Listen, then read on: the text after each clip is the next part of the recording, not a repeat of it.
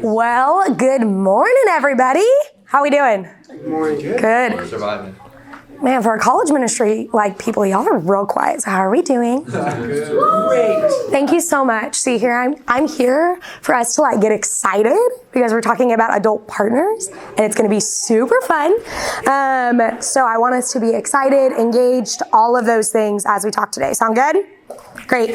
So what I'm going to be doing is first we're going to pray. I'm going to introduce myself, hit you with a ton of content, and then we'll have some time for Q&A and discussion. Sound good? Awesome. All right. So go ahead and if you'll bow with me, I'm going to submit this time to the Father. Man, Father, we are overwhelmed by your grace, by your mercy, by your kindness, and by your goodness. Father, you have been so generous with each of us in so many tiny things, but also in so many marvelous and incredibly huge things, Father. Things like the salvation of our souls. Things like bringing us into a space where we get to talk with fellow laborers about things like leveraging the members of our church in our college ministry and getting to participate in the beautiful work, of sharing the good news of Jesus with young adults. Father, that is a kindness and a grace that we cannot even begin to give you enough credit for. We cannot give you enough glory for that, Father. And so would you teach our hearts to continue to desire to be in awe and wonder of you? Would you give our hearts the desire to want to continually glorify you and not take any of that glory for ourselves? Remind our hearts to be humbled today as we enter into this time. Father, I pray for every soul in this room, every heart in this room, that you would humble them, in the face of who you are, Father, but you would also humble them in the fact that, this topic is difficult. Father, I know this was a topic I had to wrestle with when I began looking at partnering with the adults in our church, because it requires me to let go of some control. It requires me to recognize my arrogance in a lot of ways, Father, but it also allows me to see your goodness. It allows me to see how you utilize your children, your saints, for the work of ministry, Father, and it gives opportunity, so much opportunity for the gospel to go further and wider and deeper. And so, Father, I pray for all the hearts in this room. Would you do a miraculous work in humbling them, opening them, allowing them to see with clear eyes, eyes that want your glory and eyes that want your goodness, Father? Would you allow sparks of excitement into these hearts? Would you allow my words not to be of me in any way, shape, or form, but only to be of you and your Spirit, Father? And would you allow us to walk out of this room just with a heart for your children and a heart for your people in a renewed way. We love you so much, and we are so thankful for who you are and what your Son did for us. It's in your holy and precious name we pray. Amen. Awesome. Well, my name is... Oh my gosh, thank you so much. You're the best. Everyone give a hand to Justin Smith. He brought me coffee. That is my lead pastor. He's literally the best. So, like I said, my name is Sam Dossett, or Samantha Dossett, whichever one you prefer. So I currently am helping plant New City Church in Austin, Texas. My husband and I moved down to Austin last June, so we've been there for almost a year, helping plant and reach the city of Austin and reach the University of Texas. It has been an absolute delight, and we absolutely love our city. But before that, I was the Associate Director of Redeemer College Ministry in Lubbock, Texas, for about 3 years.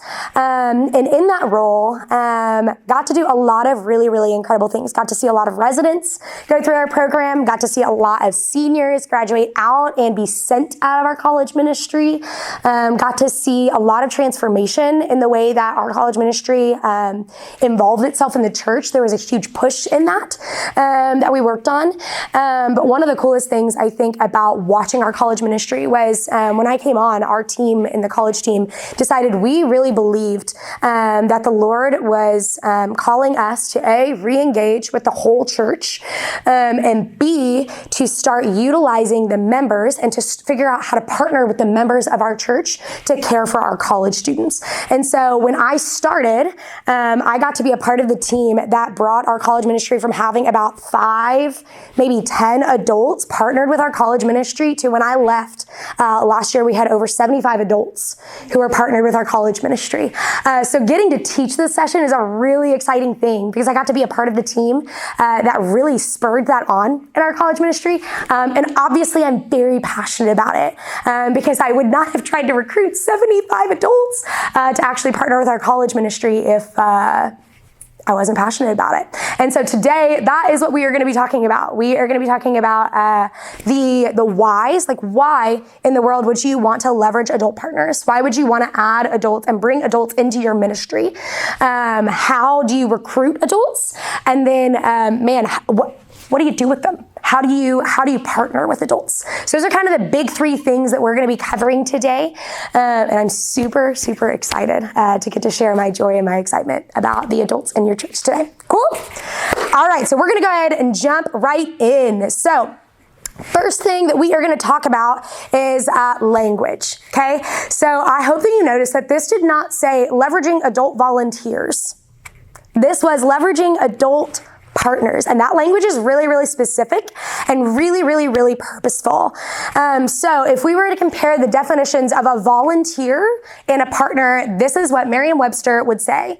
Okay, so a volunteer is a person who works for an organization without being paid. Okay, so they work for someone, they don't get paid. So they do some labor, they don't get paid. They contribute to the organization in and of itself. That's what they're doing. In contrast, a partner is any number of individuals with interest and investment in a business or enterprise among whom expenses, profits, and losses are shared. Okay? That's a really important part. Whom expenses, profits, and losses are shared. So this isn't someone who just shows up and does the work and then leaves. This is someone whose investment goes so deep that they feel the weight of the expenses. They feel the weight of the loss. They feel the weight of the profit and of the joy. They get to experience both kinds of these things. And actually, we do see in the book of Philippians, Paul talk a little bit about this idea of partnership. And we see him kind of explain that a little bit more. So in Philippians 1, Paul writes a letter to the church of Philippi. And he writes this letter to the entirety of the church. And we see that actually in verse 1. He says, to all the saints in Christ Jesus who are in Philippi, including the overseers and the deacons. This means, right, he's writing to the entirety of the saints.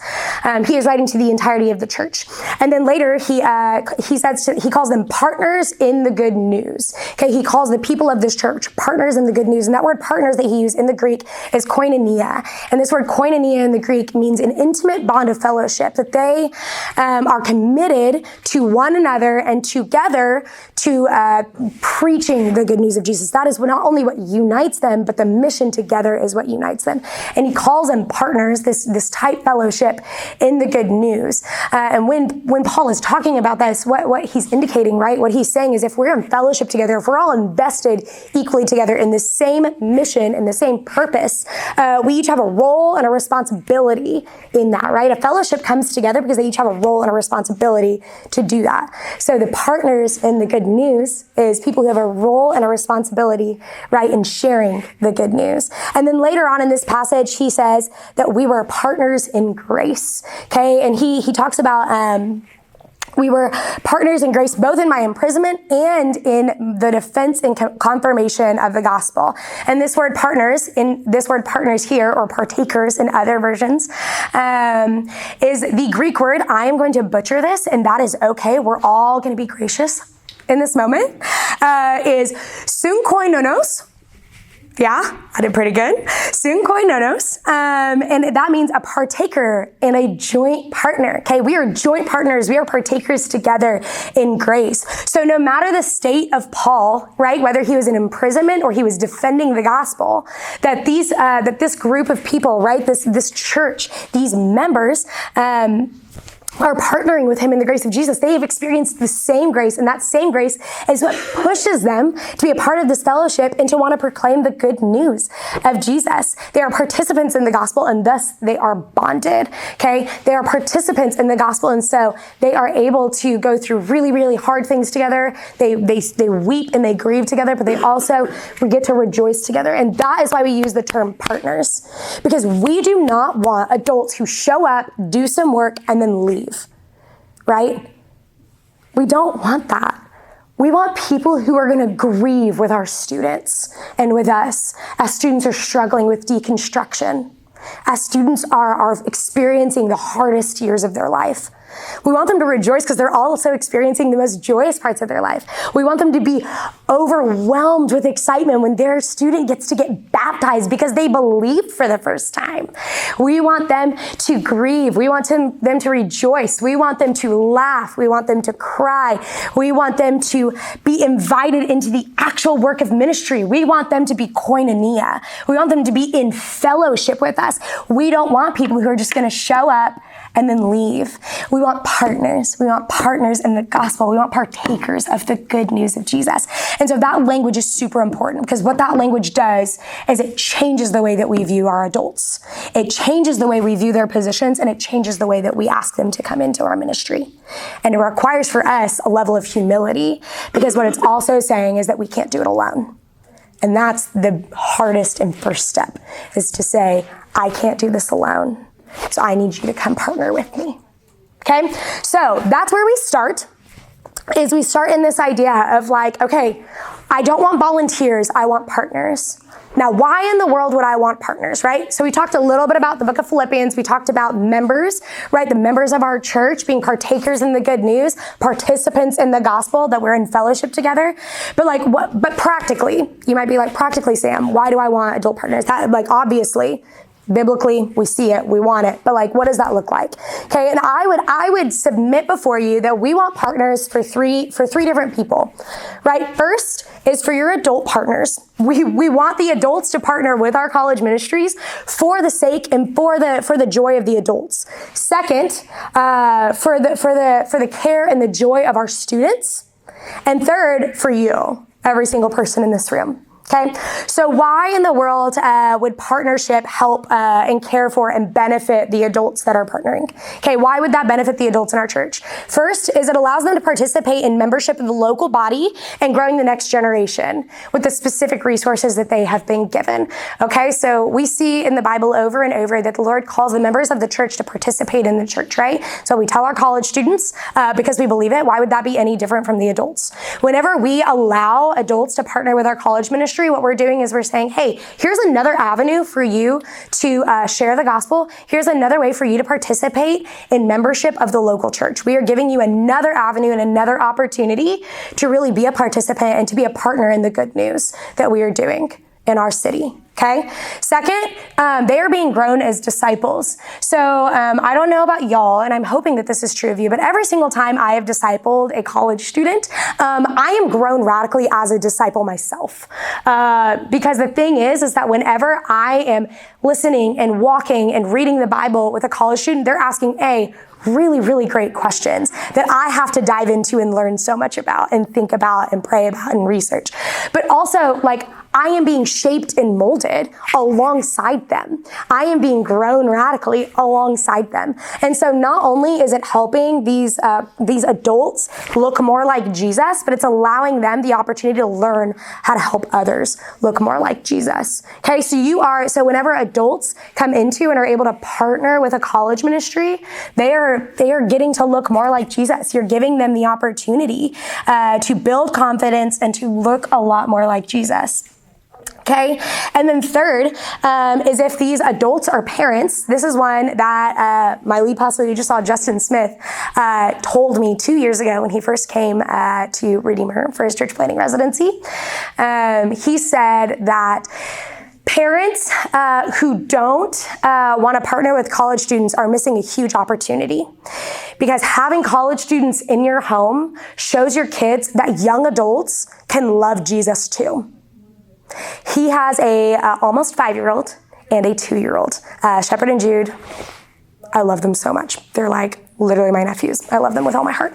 But he loves having Shepherd and Jude see these young adult men in his home because Shepherd and Jude look and they say, that 20-year-old is reading the Bible. That 20-year-old loves Jesus.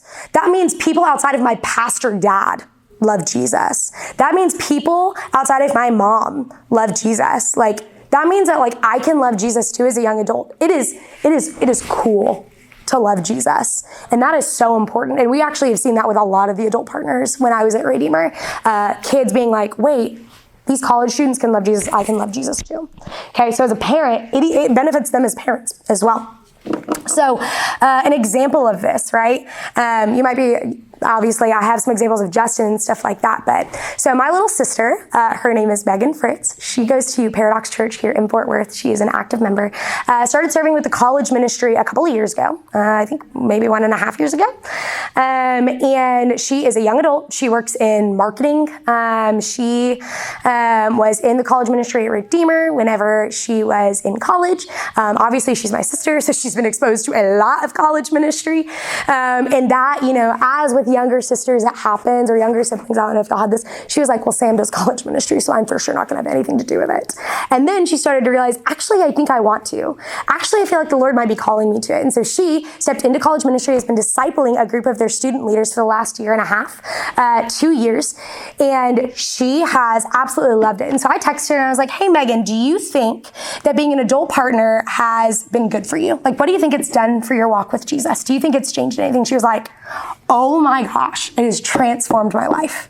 It has absolutely changed it. She was like, first off, it holds her to a level of accountability that is just so good. She said, and I quote, sometimes I show up to my meetings with my students and I say, I am going to ask them if they have been in their Bible. And it makes me realize if they ask me the same question, I don't think I would have a better answer than they do.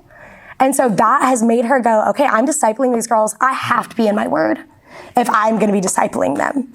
Like, it helped her bring about more discipline to her time in the Word as an adult who has a 50-hour-a-week job in a very, very secular field. Okay? Like, she works a remote job. She works 50 hours a week in a very secular field. There is only like one believer in her entire workplace. That's a big deal. It's requiring her to really be in her Word. She said that one of her favorite things about being an adult that partners with college students and her girls is that she gets to meet them where they're at, but also they meet her where she's at. And that teaches her a lot about grace and a lot about mercy. And it teaches her that she doesn't have to be perfect. She just has to show up. And that means radical amounts. She also said that getting to be a part of the college ministry and being a part of the lives of her college girls is really cool and really, really humbling because she gets to see them blossom, to mature, and to grow. And that continually is sanctifying her and showing her the character of Jesus in new ways. So like my sister is 25, she just turned 26, and she is seeing how incredible the college ministry is because she has been let in and given the joy of discipling. And that is changing the way that she loves Jesus and the way that she has partnered with her church. She has become more invested in her local body through being a partner, and it's changing the way that she loves Jesus. Okay, so first off, bringing partners in changes the members of your church. It grows them to look more like Jesus. It's for their benefit. Second, it's for the benefit of their students, of your students. Okay, why? There's a lot of reasons, but I'll give you like the 4 biggest ones I have. Okay, first, your students need to see people who are not in vocational ministry loving Jesus. They have to see it. The reality is, and if you have not come to this understanding, I'm going to give you a little bit of a wake-up call. 95% of your students are not going into vocational ministry. They are going to go into the secular workforce. They are going to be moms and dads and hopefully deacons and servant leaders, and they are going to be these incredible things. They are hopefully going to be on mission in their workplace. They are not going to work in vocational ministry. They're not. So they need to see people who are not in vocational ministry loving Jesus and in the workplace and learning how to budget and learning how to read their Bible at 5 a.m. before they have to leave for work at 6:30. Like, they need to learn what that looks like. And you are in vocational ministry. So it's a lot harder for them to see that with you. Your life and the way that you live your life just looks so different. So so different, and that's beautiful, and that's good, and that's what the Lord has called you to. That is not something to be ashamed of. But you need to expose your students to other things. They need to see what it looks like for an accountant or a physical therapist or a teacher or a nurse or a lawyer to love Jesus with all their heart in a space that does not have Jesus in it at all. They desperately need that. Okay, so it's beneficial for your students to partner and to love adults and get to know them, to see what that actually looks like. That is for their benefit. Why is that for their benefit? Because one of your jobs is to help is not to push students through 4 years of just learning to love Jesus as a college student. You're helping teach them to love Jesus as an adult. You need to help them learn how to love Jesus not as a pastor, but as an adult. That is one of the goals. You want to give them foundation so when they go into the real world, so let's be honest, college is not the real world. They have roots, they have foundations, they have disciplines, they understand what it means to love Jesus. So having adults show them what that looks like is vitally important to their life. Second, they have the ability to have possibly more attention and care. So no matter how big your staff is, no matter how big your college ministry is, you have a limited capacity for deep relationship. You have a limited capacity. That is scientifically proven. You have a limited capacity. You can be the most extroverted person in the world. I am. I have a very high capacity for deep relationship, and I have a limited capacity still. I have a certain number of girls that I can disciple one-on-one or in a group, and that number is capped, and it needs to be capped. Okay, so when you give the opportunity for adults to enter in, you are giving the ability for to have more students cared for and given deep care and deep attention. Because that adult, especially if they're discipling, gets 1 to 3 students, and that is their entirety of their discipleship. They're not worried about this entire ministry over here and all of this, 25 leaders and, these lay members and all of these things. They're like, these are my 3 girls. These are my 2 guys. I pay attention to them. I care for them. So it allows deeper care and deeper attention and a little bit and the ability to have a little bit more space to check in on sin patterns and to check in on disciplines and those kinds of things. So there's a level of accountability that even is able to come from having adult partners for your students. They're going to benefit from that. Third, it creates a space of honesty and safety. You probably all know this, but you are probably the most lied to person in your college ministry. It's true. I was the most lied to, as an associate director, I was the most lied to person in my college ministry, and that is not because I'm not trustworthy. It's not because I'm not safe. I've had plenty of students tell me, and plenty of my residents tell me, I'm a very safe space for them to tell me what's going on, but they're still scared of me. They're still scared of you. And that's nothing that you've done wrong. That is, just so much culture and things like that. But whenever there's an adult partner that comes in, there creates this space for honesty and safety where students can come and repent of sin. They can talk about how their disciplines aren't going as well as they want, especially your student leaders. They can say, I'm really struggling with this with my boyfriend. I'm really struggling with reading my Bible. I'm really struggling to show up on Tuesdays. I've been skipping class. I've been drinking underage. It just creates a safe space for them to be like, hey, I'm sinning. Hey, I'm struggling. And this adult who's like, okay, let's talk about it. And gives the opportunity for them to actually live in the light, right? It gives the opportunity for that. Okay, and then last, it allows them to see how families love Jesus, right? So we talked about I talked to y'all at the beginning about it allows the opportunity for them to see people who are not real adults, we're all real adults, in the secular world adults, how they love Jesus. It also allows them to see how families love Jesus in a lot of ways. When we invite adult partners in, we invite them, they're able to be invited into families. And I know I grew up in a home that was culturally Christian, my home did not look like Jesus at all. And so I remember entering into an adult partners, to an adult home post-grad and seeing how these 2 adults loved their kids and how their marriage looked and how they disciplined their kids. And it was absolutely life-changing for me. So I was like, that's what marriage and kids can look like? That's so cool. And I've talked with so many college students who have been able to enter into homes with adult partners and have said, I didn't know marriage could look like that. I didn't know having kids could look like that. An example of that is a student named Gabe Davenport. He is an absolute rock star. We love him. I got his permission to share his story, so I just thought you should know that. But he went through our entire college ministry at Redeemer for 4 years. At the end of his 4 years, which was last May / this past December, he made the decision to, he felt like he was being sent to Austin with us to plant New City Church. And so he moved as an all-in church member and a core team member this past January to Austin, is helping us plant the church, working in his finance job. Pretty sure it's finance. But when he was in college, he was a student leader with us, and he had an adult partner. His adult partner's name was Marshall Herron. Marshall Herron is just an absolutely incredible man. He is a principal now. I think he just got a promotion at a middle school in Lubbock. And he and his wife have 2 kids. Becca is also a coach and a partner with Redeemer College. And so Gabe was assigned to Marshall, and Gabe had an incredible time with Marshall. He actually was with him for 2.5 years and just continued to be a part of Marshall's life. And Marshall just invited him in with a couple of other guys that he was discipling. And I asked Gabe, hey, like, what would you say was the most beneficial part of your relationship with Marshall? Like, why do you think having an adult as a part of your life that wasn't on staff, why was that so important to you? Like, what did it do?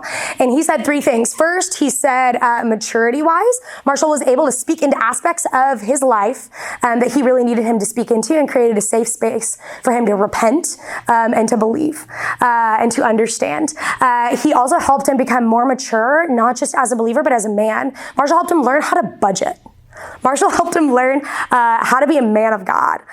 Marshall helped him learn, what does it look like to manage my time well? Okay, so Marshall really helped him with maturity. Second, Marshall helped him with financial care.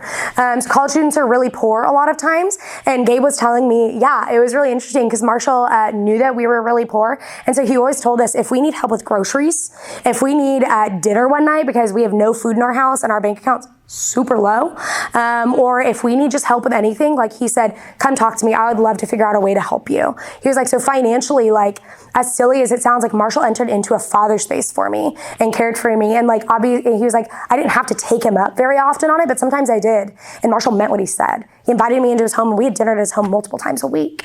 And so that was really important. And then last is that Gabe said, that Marshall became a father figure for him. So Gabe grew up in a divorced home.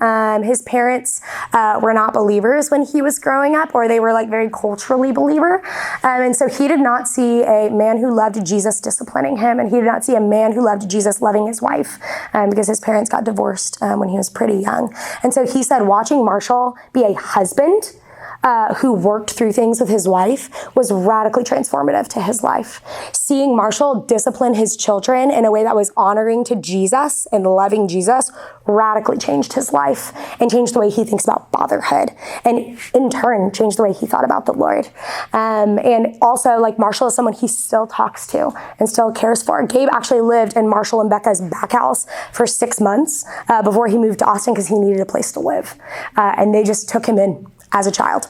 And so Gabe is a great example of how being adult partners not only affect and love on the adults, but it also is like super beneficial for students. And I have countless number of stories just like that one from our time at Redeemer College. The last person, the why of you should have adult partners is for you. So here's the thing is we are in an era, right, post-COVID and with all the cultural shift and stuff where burnout and fatigue is a really real thing. We are seeing pastors and ministry leaders exit ministry very quickly, right, because of burnout, because fatigue, because it is hard to work in vocational ministry right now. And we're also in an era and in an epidemic, right, of loneliness, where we see our college students just from crippling mental health issues and loneliness and fear and anxiety. That is just such a real thing. And it's exhausting to care for. Doesn't mean we don't want to do it, but it's exhausting, and it is emotionally just draining. And when we have taken on the responsibility of taking care of all of our students and all of our leaders that are struggling with these things, which is like 70% of them on our own, we are wearing ourselves down, and we're going to do 4 years of ministry and not 20. So having adult partners in our ministry helps us be healthier so we don't burn out. so we can do longer term ministry. Like I said, we have a limited capacity for deep relationships. When we invite adult partners in, we are allowing ourselves actually to have a healthy amount of deep relationships, not an unhealthy amount. Second, it also, it gives you a very easy way to teach them how to be adults in the church. Like I said before, one of the most important parts of your job is to teach your college students how to be adults who love Jesus. That's just such a vital part of your job, is let me help you understand what it means to love Jesus as an adult. Let me show you what it means to push through really hard things, to have hard conversations, to be on mission everywhere that you go, to feel sent to the places you go. And when you have these adults in your ministry, you are giving them a very practical and easy way to learn that. You are actually helping yourself teach students how to do that. You really are actually getting to do your job and do it well in a way that allows you to focus on other things really, really specifically. Okay?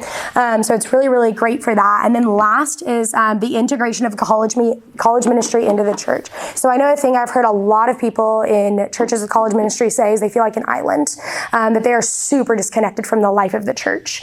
How are we going to teach college students to be a part of the local body if they're not interacting with the multi-generational body of believers? You're not. You're not. I know when I was in college, one of the big things that I saw was a lot of my friends who were really involved in our college ministry, in the college sorority and fraternities, all of those things, were on fire for Jesus for their 4 years. They got out of college. They were a year out of college, hadn't figured out how to be a part of church, how to pick a church, how to find a small group, how to find Christian friends, deconstructed, and now are living a life that is very far from Jesus. And a lot of that is because they didn't know how to put roots down. They didn't know how to foundation. They didn't know how to be a part of a multi-generational church that didn't provide them on a silver spoon and on a silver platter a midweek gathering, 2 small groups, leadership, and discipleship on their own. They had absolutely no idea how to do that.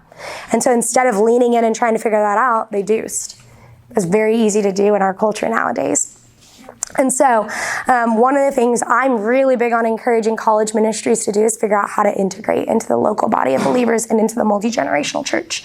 And so whenever you allow adult partners to come into your ministry and to participate and to be a partner in it, you are inviting the multi-generational body into the college ministry, which allows the college ministry to integrate into the multi-generational body. And you've created this incredible bridge that allows students to figure out what that looks like.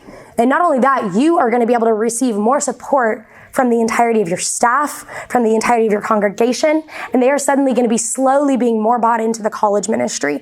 And you are going to, it's just so freeing. And it's so beautiful. And it's how Jesus wanted our local bodies to be. Unified, right? All going towards the same mission.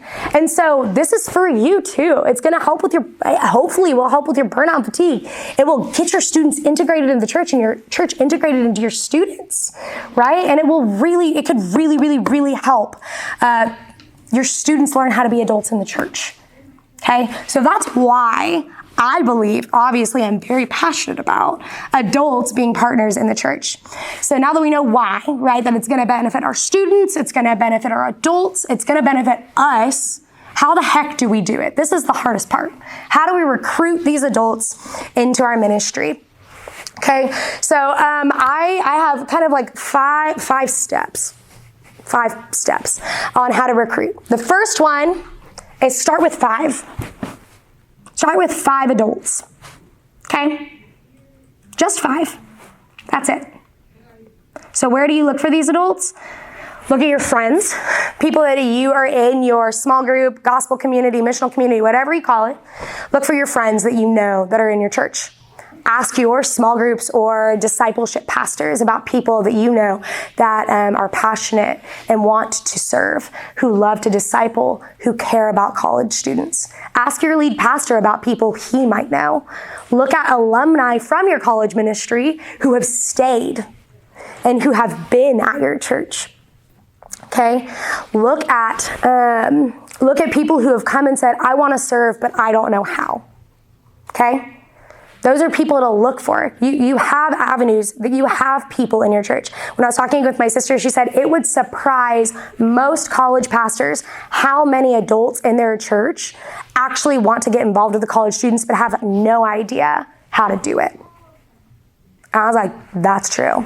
Because when we started opening up the doors for adults to partner with our college ministry at Redeemer, like, it was incredible to see the number of people who've been like, wait, that's how I can get involved? Let's freaking do it. So, and that actually also happens at churches that maybe are a little bit older in population, maybe more traditional churches as well. Justin, our lead pastor, talked about how he was nervous when he was thinking about bringing adults in to his college ministry in some ways, because it was a lot of very, like, 65 plus people and adults with grown children, things like that. And he was scared that they weren't going to want to be a part of the college ministry. But there were so many willing and desiring adults who had so much life experience that were like, we want to disciple the next generation. We just don't know how. So the fact that you're giving us an opportunity is just radically exciting. There are people in your church who want to do it. Who do you look for? You look for fat people. Okay? Faithful, available, teachable. My favorite acronym, because it's so offensive, but also so good. So you look for faithful people. First, for faithful, right? Questions you can ask yourself: do they show up to things? Like, are they consistent? Do they show up? Are they active members of your church? I would submit to you that I would really, really consider, when you're having adult partners, asking the question of, are they members? That is something I think that's really important. Are they committed to your local body? Are they covenant members of your church? I think that's really, really important. So are they active members? Do they participate in the life of the church? Do you see them around? Are they around? Okay? Faithful. Available. Okay? Are they committed to a lot of things? That's a big question. Do they have 4 kids, work a 50-hour-a-week job, serve every Sunday, lead a small group, and lead 3 discipleship groups? That is not someone you want partnering with your college ministry right now. Or if they are someone, they need to give up 2 or 3 of those things. Right? Okay? Are they overcommitted? Do they have a heart for discipleship? Like, do you see a heart of discipleship, a desire to multiply, a desire to care for in this person? Do they want to serve? Is that something that they're excited about? Do they have a heart to serve the local body, to participate and be a part of the college ministry? Are they available? Last, teachable. Are they willing to take help? Are they humble? Okay. Do they admit that they have a lot to learn? I think one of the scariest things to me is an adult that comes in and is like, I'm ready to disciple. I need no help. I know exactly how to disciple college students. That is not somebody that I want partnering in the college ministry. I want them to have a humble heart, because college students are hard, right? They're the best. We love them. They're so cool. Their stories are incredible. They have hearts that are just so eager and excited and have the best questions. And so I want to see someone who is willing to ask hard questions and ask for help. I was talking with the staff at New City a little bit more about, I was walking through my teaching, making sure it made sense, all of those things. And one of the questions that Ryan, he's on staff with us, asked is he said, Sam, one of the questions that I love to ask is this someone that I want my students to look like?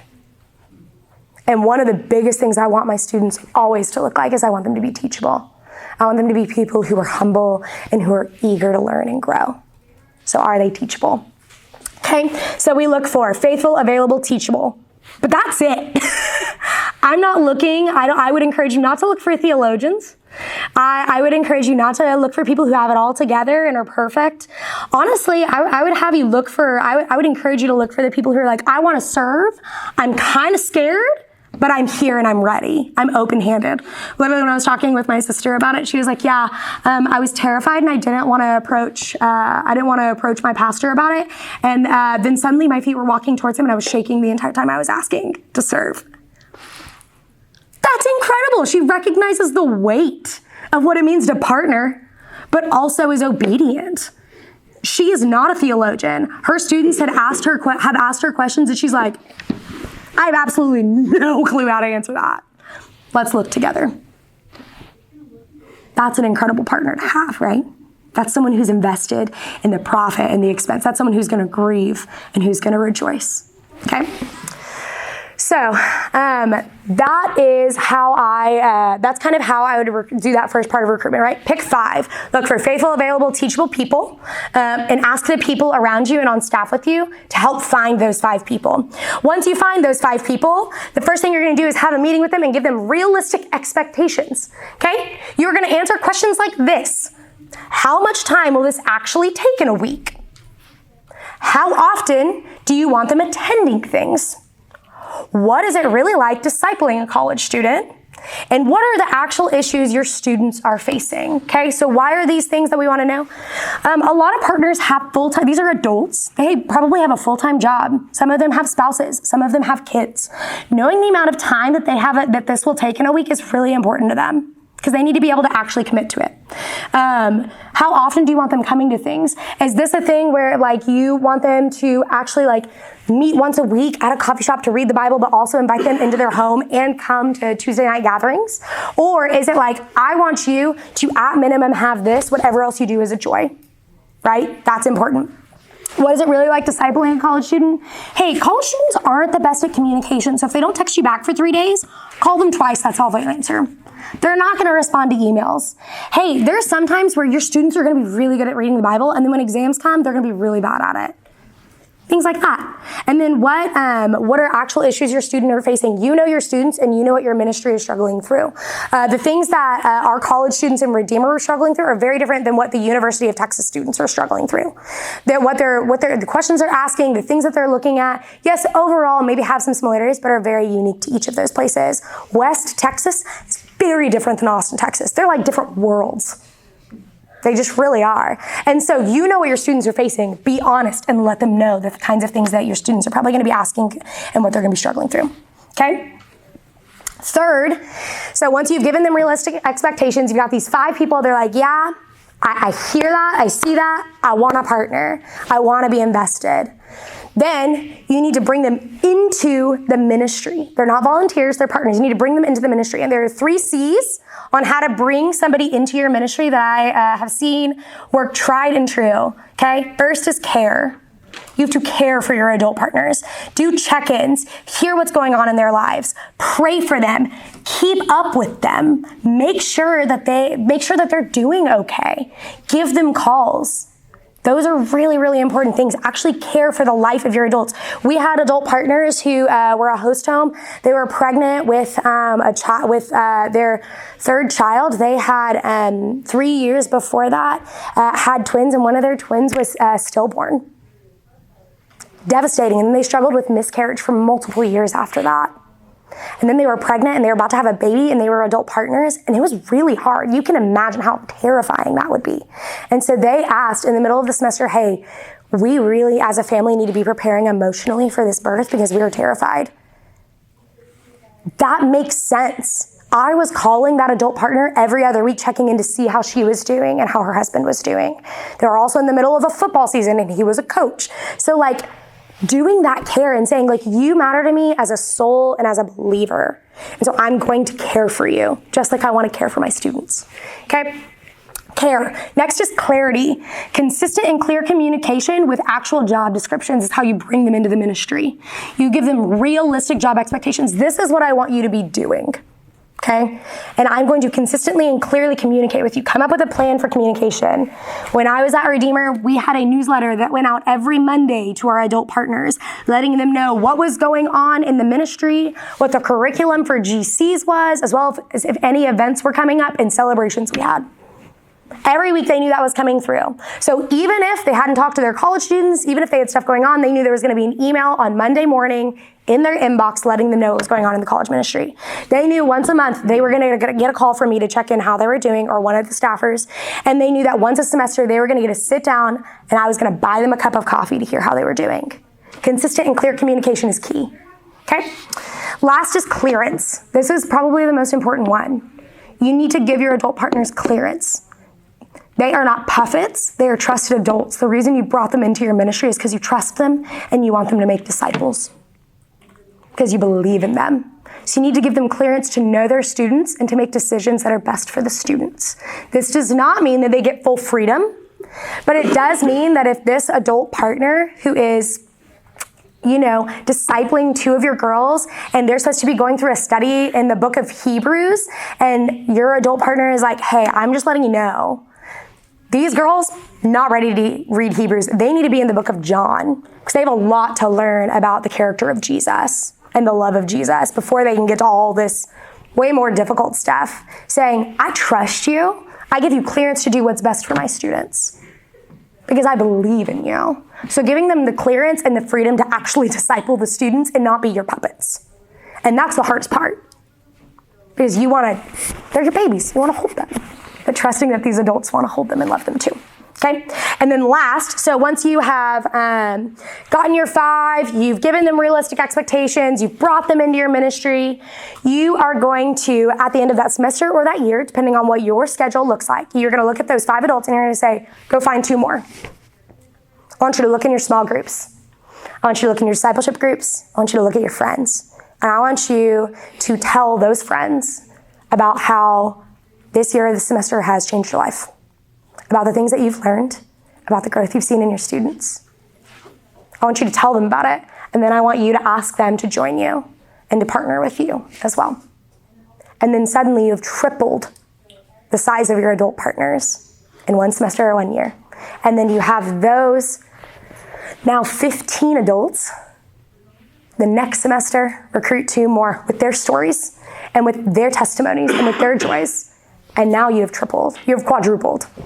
And then we just keep on going. And then suddenly you have a large adult partnership with people that you never would have thought and never even seen or cared for or even had an idea to ask to be a part of your ministry. And suddenly they are loving the crap out of your students. And it's absolutely incredible. Okay, so that is how we recruit our adult partners. Okay, we start with 5 and we work through it that way. Okay, the last thing I'm going to talk about real quick is how do we partner with them then? What are ways we can partner with these adult partners? Okay, we've recruited them. What are the ways that they can invest in the ministry? What are ways that they can share expenses, profits? What are the ways that they can be partners in the good news? First is going to be through discipleship.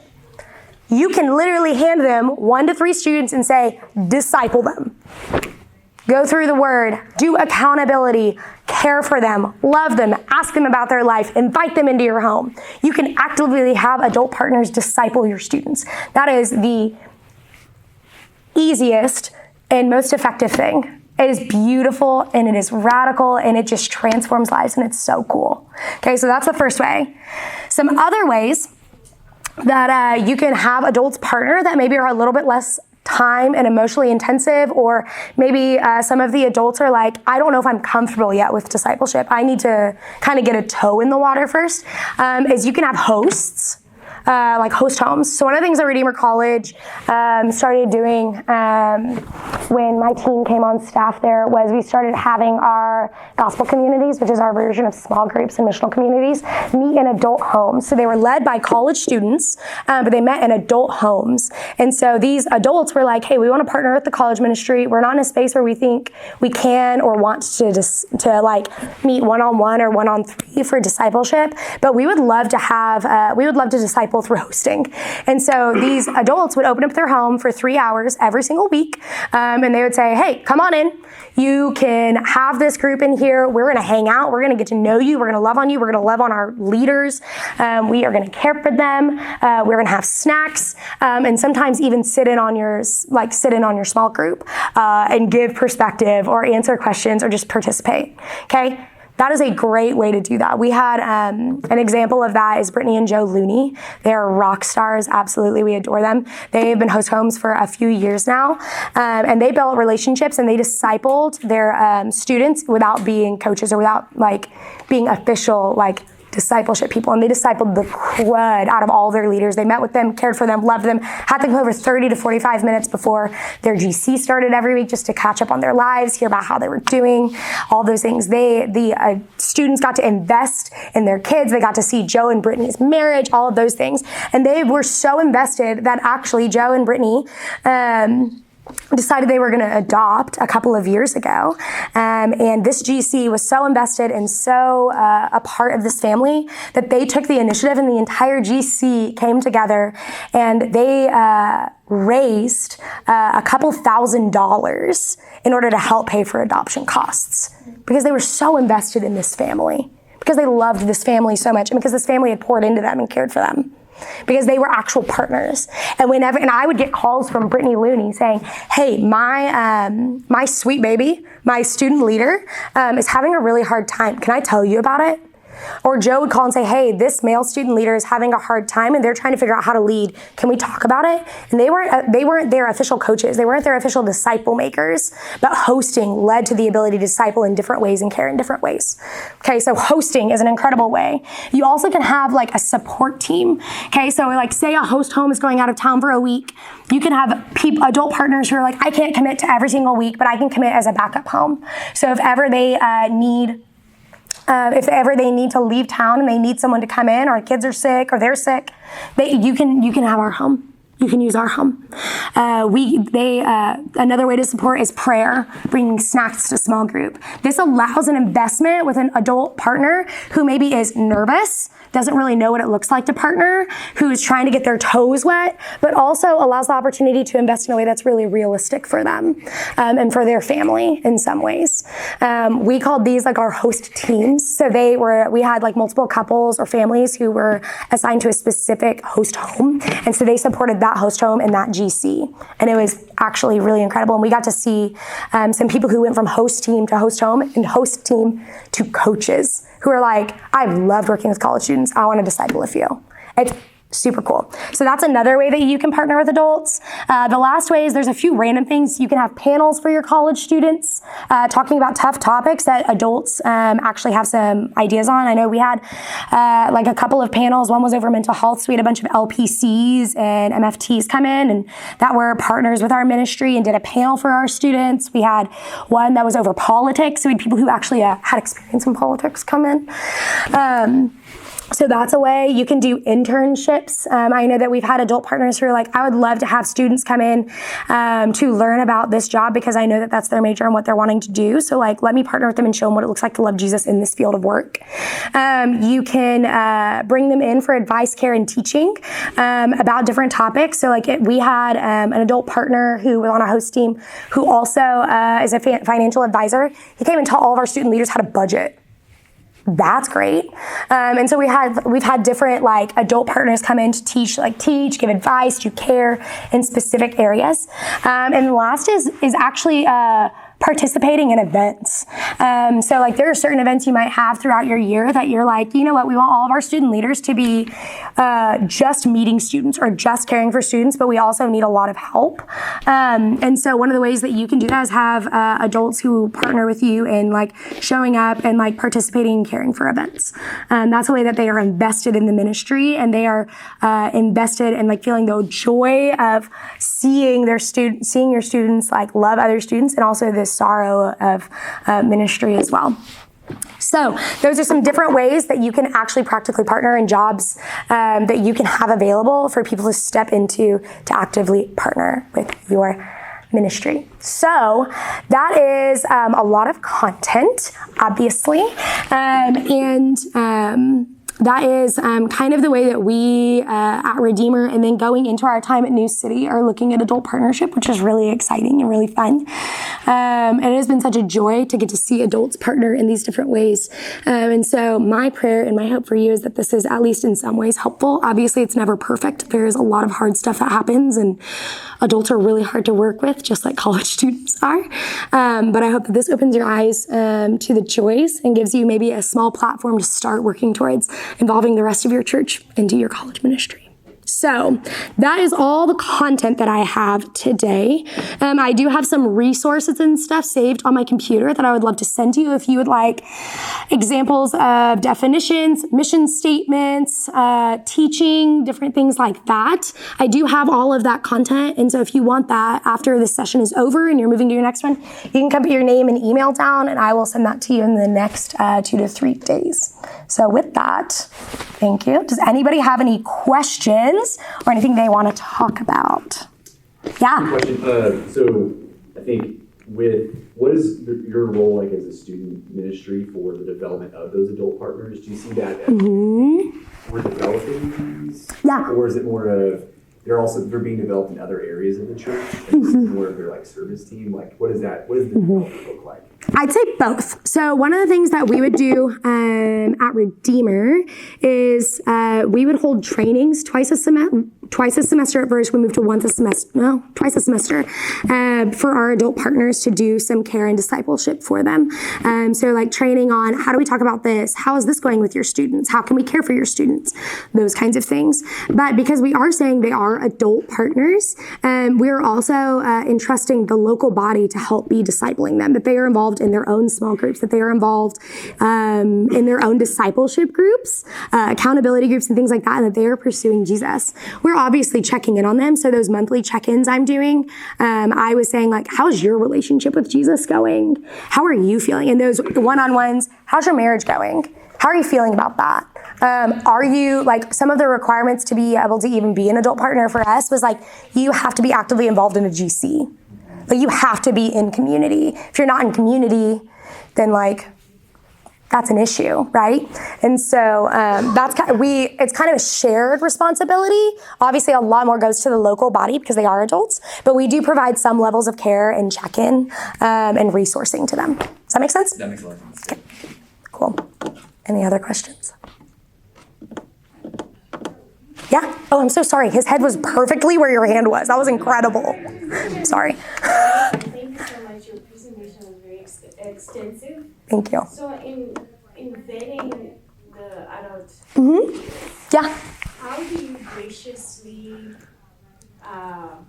maybe tell somebody who's really passionate, who really thinks that, they're called into this, and they've been maybe part of the church body for like 20 years, and then you make that decisive decision without creating chaos or hurting them or just, how do you do that graciously?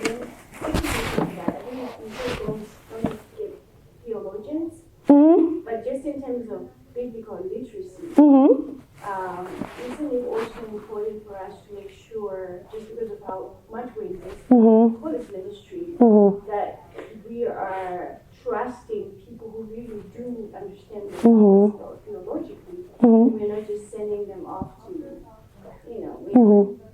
Yeah. You're not just sending them off to somebody who doesn't know anything about the Bible. Yeah, absolutely. So I think that there's a lot that can go into that. I think that is an incredible question. I think to your first point, I think one of the benefits to having multiple layers of position is like spots that they can partner in, is that like if you're looking at somebody and you're like, I don't think that they need to be discipling yet, I think they have some growth they need to do, then there's other positions that maybe are a little bit different that don't require as much biblical literacy to walk into that, right? You can offer them something else. And when they ask why, I have found with adults being gentle but honest is the best policy. When I started working with adult partners, I was 20, I think I just turned 24, so I was a child.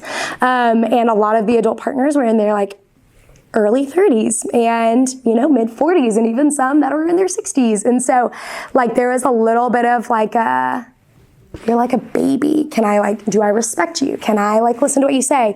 And one of the things I found was consistency, but also like gentle honesty was really, really helpful in those situations of like, hey, you know what? Like, I love you and I love your heart for college ministry. I want you to be a part of our college ministry, and I want you to be in the lives of our students.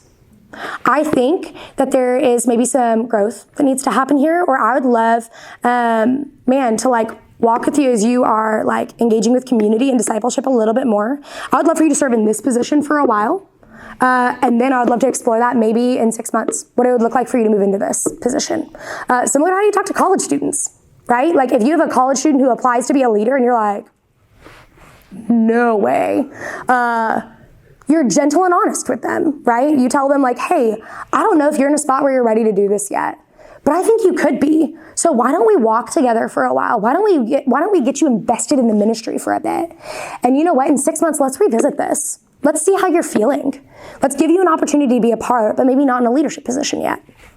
So that's how I would say you approach it. That's not like super helpful, and it could cause them to be really angry at you. But I think one of the things I realized with college students is like, if they're going to be really, really angry at me and leave because they couldn't be a leader, then maybe their heart wasn't in the right spot for leadership. Like, we had students who did that. We had adults who did that, and that's okay. Like, that's really okay. But the part of it is like giving the opportunity for growth, talking about let's revisit it, and also like being kind and being gentle and being hopeful and gracious in it. And I think along lines of like heresy and biblical like literacy and things like that, first off, you can get a feel usually with an adult. Like I would say if you're going to have an adult partner with your ministry, you need to do like an interview of sorts with them. Right? Like, A, to give them information about what's going on, but also to get to know them if you don't know them super well. Like, that's really important. I also think that's where the membership piece comes in really, really well. So I don't know what y'all's membership processes look like, but at Redeemer, there's like and at New City, there is like a level of like, not biblical literacy, but like, hey, these are the truths.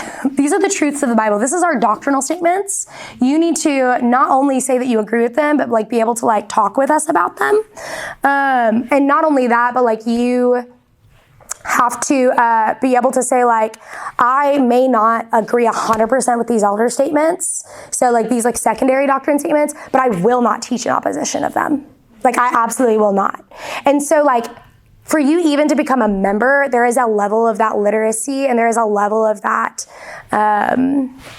wisdom that has to be there. And like I said, I think like pretty quickly with an adult, you can figure out like, okay, where is their literacy? What does that look like? And also like one of the things I like found with our college students was like, if I partnered them with somebody and I thought they had a high, like a relatively high biblical literacy and then they didn't, like your students will tell you. And they need to tell you. And that's super important. Like I had to release multiple adult partners over my 3 years because like either like at one point there was like an adult who like changed her entire view on some really specific things and started teaching it to our students, and our students came to us and were like, hey, this lady's teaching us this. What do we do? So we had to release her, obviously apologize to them, and then talk through that. It's not going to be a perfect process. Just like your college ministry is not a perfect process. You probably had to release student leaders before. You've probably found out some of your student leaders were drinking underage or having sex with their boyfriend or doing some kind of crazy thing, and you've had to do some of the management and the care for that. Same thing with adults. They're a bunch of sinners who are trying to care really well for people, and they're going to make mistakes.